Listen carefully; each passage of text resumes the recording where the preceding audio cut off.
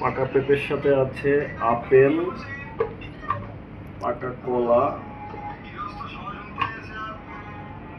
এরপরে আমরা এগুলো আগে থেকে কেটে রাখছি, এগুলো ব্লেন্ডার করা হবে একসাথে।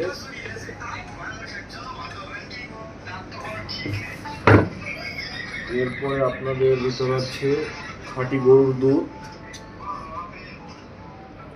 সুন্দর করে ভিডিওটা সুন্দর করে করিস। দুধ দুধ যে ঢাল ছিল দেখে গেছে।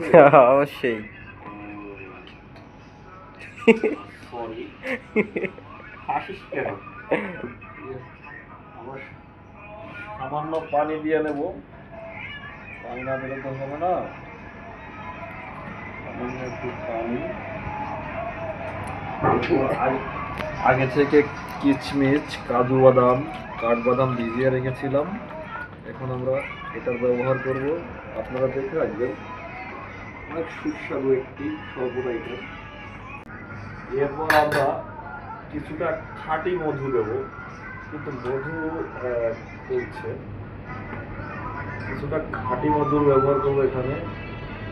আপনারা মধু ব্যবহার করতে পারেন, নাও পারেন, কিন্তু আমি একটু মধু ব্যবহার করতেছি এই কারণে বর্তমানে শীতকাল তো। এরপরে একটা আইটেম আছে কালো জিরা, ঠিক আছে?